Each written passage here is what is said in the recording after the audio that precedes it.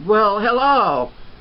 Thank you very much for coming here to visit. I want to talk about another solution to global warming that people don't know about, and it's called thermal energy. Right now, the present emphasis is nuclear electricity, solar electricity, and wind electricity. This is not the way to go because you're working thermodynamically uphill. There's a better solution, and that is to retrofit solar collectors, wind energy, and cogeneration to natural gas utilities, combined with biogas and other steps. We do not need to build more nuclear power plants or more transmission lines. They know about this on electric utilities, and years ago they attempted to, they tried to shut it down. Then what they did is they merged the natural gas utilities with the electric utilities, and that's the reason why it didn't happen. We need to divest the natural gas utilities, and one way to do this is for cities to form a municipally owned natural gas utility, or to put in antitrust legislation, which forces the natural gas utilities from the electric utilities, and that way you can put in an element of free enterprise.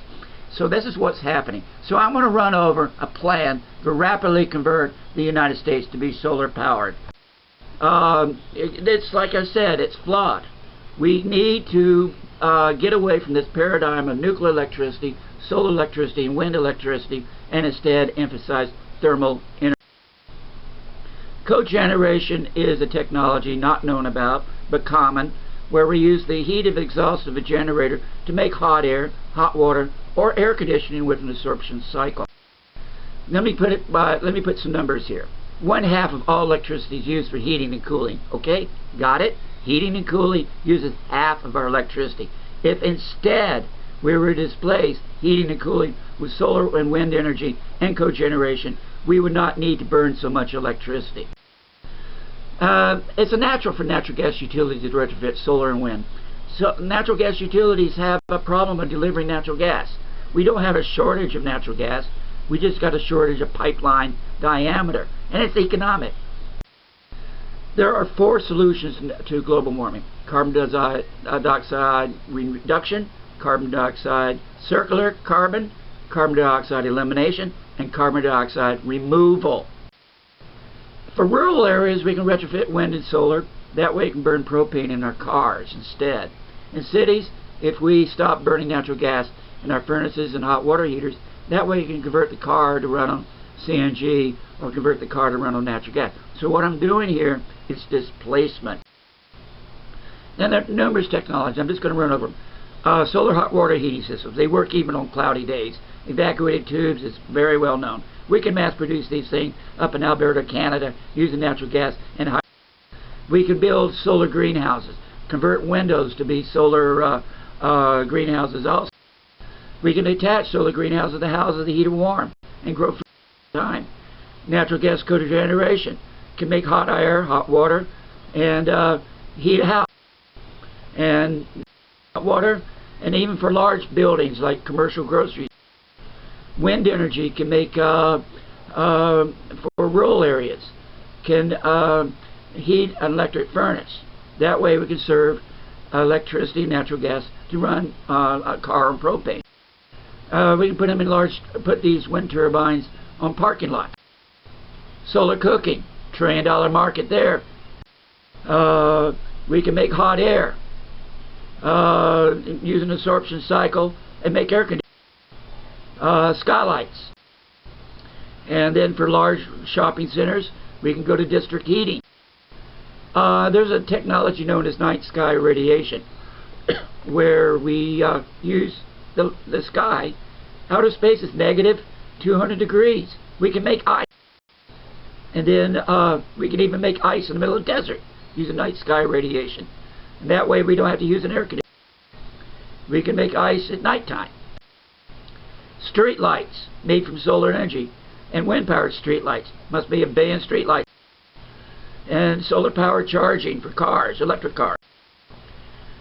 We can convert cars to run on natural gas, and we can make the propane and alcohol fuels from solar energy.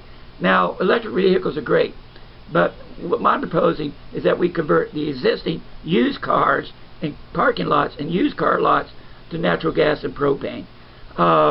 This is actually a faster solution because we can't make enough electric cars that fast. And we can convert existing power plants to run on hydrogen, but it uses more natural gas. But if we conserve natural gas with solar hot water heating, it means we have enough natural gas to convert coal and natural gas power plants to make electricity. And flywheels, highly underrated. We can be there. And for large-scale flywheels, we could run electric utilities off it. Stabilizes the electrical current. Now, I'm the inventor of lightning energy. There is no shortage of natural gas out there. We could run lightning through a coal field, and guess what? Make natural gas. Now, put this straight. I'm talking about converting natural gas fields into hydrogen fields. That way we solve global warming. And we could, I'm another inventor who has invented a tornado energy system. Uses solar energy to make an artificial tornado. And we need to integrate a better recycling system. Here's a trailer design where we can separate plastic to its different types of plastic. And then we collect, pick it up, clean it, and reuse the plastic. And we can put compressed air buoys on rivers, help salmon. Geysers, artificial geysers can make electricity with MHD technology. And we can make biogas from garbage, wood, algae grown in deserts. And then I'm also the inventor of concentrated sunlight, where we can melt gold, ore, silver. That's right, metals. We even run power plants. Venezuela, for example, could take all that oil, make it a diesel fuel with solar smelter technology. And solar water distilling, where we make fresh water from salt water. In ancient time, they used to use pyramids to condense water from the atmosphere. And then we can put in rain barrels out, solar camp gear. And then, let me put it this way, we can make propane and alcohol fuel from solar energy. All you need is sunlight, distilled water, carbon dioxide, and natural gas. This would power every car in the United States. Biodiesel can be made on trailers, and then we could haul it to the airport and make biojet airplane fuel. And then around, Africa is considering building a ferry boat all the way around from Spain to South Africa. I'm recommending a hydraulic ramjet. And right now, instead of building more transmission lines, we need to electrify the railroads. In fact, we need to put in better transit systems. And one of the things that we can do is run pickup trucks off compressed air for short distances. And one of the things we do for rural areas is develop a bus system with bicycle trailers, electric bicycles and mopeds.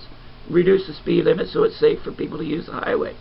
But this would put a rural transit system out there that's energy efficient. And we can convert existing power plants to be run on hydrogen. Now, I want to talk a little bit about HelioHydroElectric. This is where we pump seawater inland to flood existing dry lakes. We can use HelioHydroElectric to make solar energy equipment.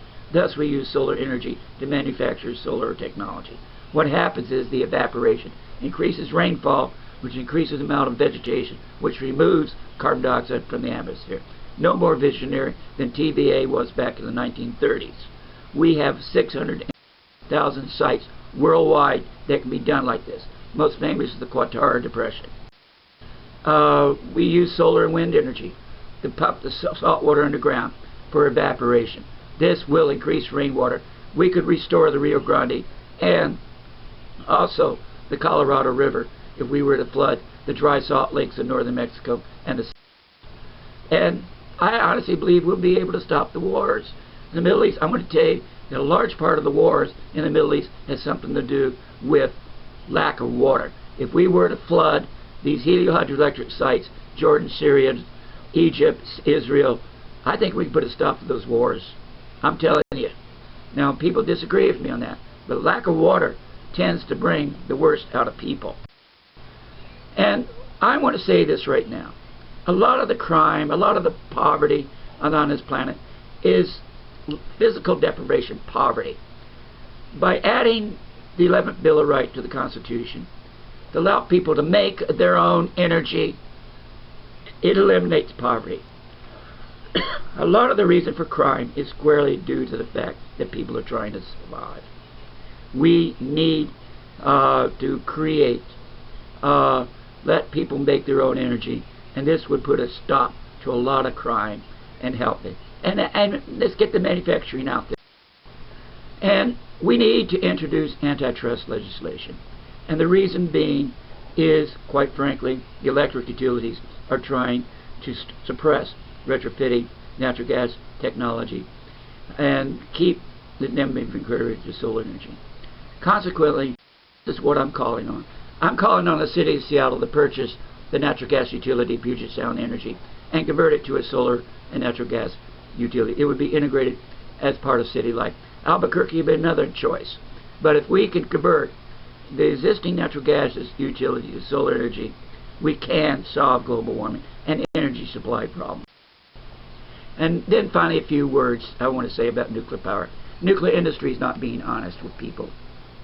If all 400 nuclear power plants were blown up all at once, we're talking about killing off 75% of mankind. And the technology does exist with kinetic weapons to do so. The solution to a lot of this nuclear power is derate a lot of these nuclear power plants. That's, for example, the so-called small nuclear reactor is at 500 megawatts. Derate it to 50 megawatts. In other words, operate it slowly and market to the any price market. We can take existing nuclear power plants worldwide and derate them. Sure, it's not profitable, but you're adding safety to it and eliminating the problem of high-level nuclear waste, converting it to lower-level waste. Let me say it this way. I have talked to big money people. When I talked to the King of Saudi Arabia, that's right, the King, he came here to Seattle, and he said one word to me: no. Does that explain to you what's going on here? They don't want this technology out there, and it's time that we forced it. What we need right now is a declaration of war on global warming, not each other. And thanks a lot for listening to what I have to say here. Hopefully this will spur some people to action. I think it's time we convert natural gas utilities to be solar and wind technology.